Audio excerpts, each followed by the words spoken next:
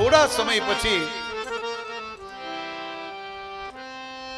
આ પરીક્ષિત રાજા મહેલમાં અંદર ગયા અને મોટો એવો પટારો હતો એ ખોલ્યો તો એમાં એક સરસ મજાનો સુવર્ણનો મુગટ હતો. એ મુગટમાં ઉપર લખ્યું હતું કે આ મુગટ કોઈએ ધારણ ન કરવો. રાજાને થયું પરીક્ષિતને કે સરસ મજાનો મુગટ છે, ચાલ ને હું ધારણ કરું. એને ખબર નથી કે આ અનિતિનો મુગટ છે. આ મુગટ કયો છે તો કે જરાસંઘનો છે. ભીમ જ્યારે યુદ્ધ જીત્યો જરાસંઘ પાસેથી ત્યારે કૃષ્ણએ કીધું કે આપણે આના પાસેથી કાંઈ લેવું નથી. ભીમ કે એમ થોડું લાગે, યાદી તો હોવી જોઈએ ને કે હું જરાસંઘને જીતીને આવ્યો છું, આ લઈ લઉં છું. કૃષ્ણ કે ન લે, છતાં પણ ભીમે લીધું. એ મુગટ અનિતિનું સુવર્ણનું આજે રાજા પરીક્ષિતે મસ્તક પર ધારણ કર્યું ને એ જ સમયે એને શિકાર કરવાની ઈચ્છા થઈ. સૈન્યને લઈ અને શિકાર કરવા માટે જાય છે. એકદા ધનુરુદ્યમ્ય વિચરન મૃગયામ વને મૃગાનનુ ગતઃ શ્રાંત શ્રુતિ તસ્તૃષિતો ભૃશન.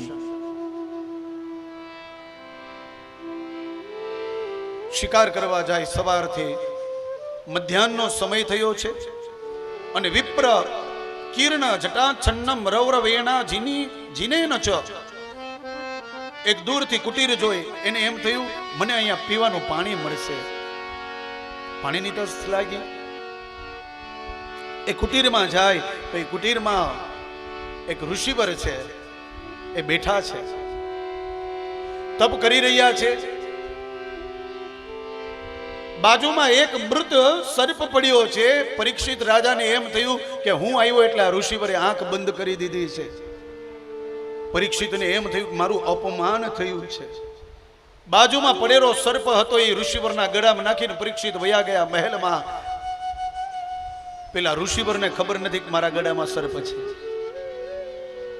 પણ કોઈએ એ ઋષિવરના બાળકને જે નદીમાં સ્નાન કરી રહ્યો હતો એ બાળકને કહ્યું કે તારા પિતાના ગળામાં કોઈએ સર્પ નાખ્યો છે. બ્રાહ્મણનો દીકરો છે, ક્રોધી તો હોય જ, ક્રોધ તો હોય. અને એમાં એના પિતાની ઉપર કોઈએ સર્પ રાખ્યો હોય.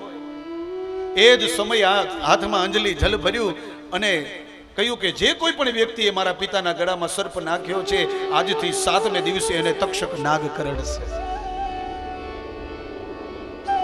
દોડીને આવ્યો કુટીરમાં, પિતાના ગળામાંથી સર્પ કાઢ્યો અને ધ્રુસકે રોવે. પિતાજી જાગ્યા અને કહે શું થયું? બોલે કોઈએ તમારા ગળામાં સર્પ નાખ્યો, પણ મેં એને શ્રાપ આપ્યો છે. પેલા ઋષિવરે આંખ બંધ કરીને જોયું તો એ શ્રાપ કેને મળ્યો છે? આ દેશનો પરાક્રમી રાજા પરીક્ષિતને શ્રાપ મળ્યો છે.